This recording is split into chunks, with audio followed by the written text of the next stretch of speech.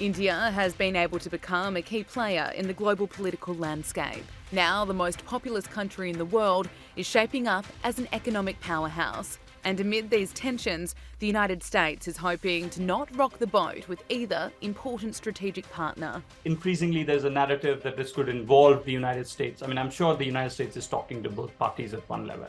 And now there is a comparison that, you need India for balancing China in the Indo-Pacific while you have an ally in Canada. So what do you do? So that kind of dichotomy. But I'm sure the US is talking to both the United States and both Canada and India. And I think two countries should just take certain steps. But I think the more important point for India is that this has been festering for a far too long time. And they need certain actions on the ground. The Indian government and the Indian people need certain actions on the ground. Clearly, there have been, in the farmers' protests that went on in India and the rise of Amritpal Singh, who's a pro-Khalistani and now is in jail in India, we didn't hear of such a aggressive pro-Khalistani group inside India, which is vocal. But now you see the signs of, and clearly the monetary support, resources support from outside, which have helped these groups. So I think India wants it addressed once and for all. We'll have to wait and see what steps will be taken. According to press reports and according to the US ambassador, yes, the United States shared intelligence with Canada with regard to the murder of Nijjar. We shared it after the fact, which suggests to me that we didn't have any smoking gun intelligence prior to the murder. But once the murder happened, we delved through our sources and said, here's some context. But the smoking gun supposedly came from the Canadian Security Services. But when the Premier of British Columbia was briefed on this, because of course, this is where Hardeep Singh Nijjar was killed, what he said is, the classification, the briefing I got was basically an unclassified briefing. It could have been basically put together from Google. Here, the parallel reminds me of 2003, 2004, the so-called dodgy dossier that was briefed in Britain with regard to Iraq's weapons of mass destruction. It was entirely plagiarized from unclassified sources. Now, Justin Trudeau seems to be digging himself in the hole. There doesn't seem to be a smoking gun. Things are open to interpretation.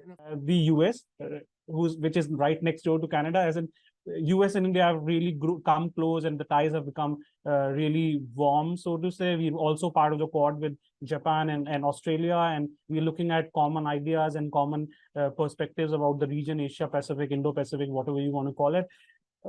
It would complicate things for them more than because for India and Canada, the trade ties have also been I think $12 billion, $13 billion around that, hovering around that. It's not really as high as, say, even Russia, China, US, or other countries that we've seen.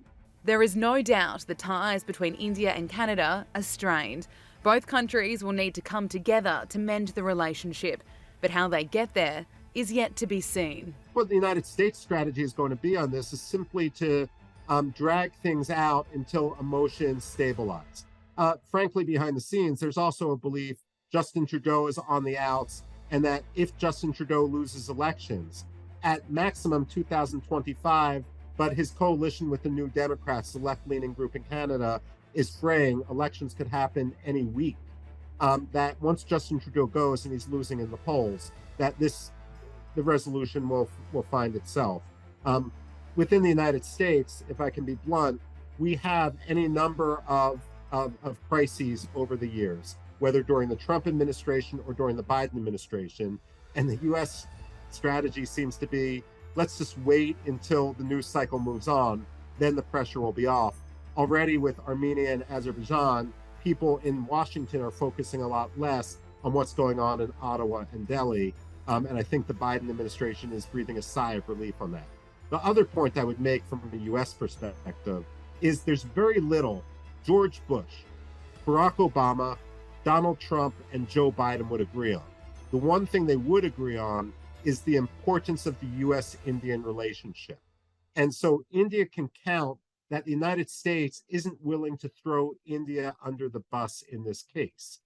Also, when the United States has politicized foreign policy in recent years, it's been because of the extreme fringes in Congress or the polemics coming from extreme fringes being played out in Congress. We've seen, for example, the U.S.-Israel relationship and the U.S.-Saudi relationship turn into a political football. There's no indication among either Republicans or among Democrats, even their extreme wings, that they're willing to do the same thing to the U.S.-India relationship.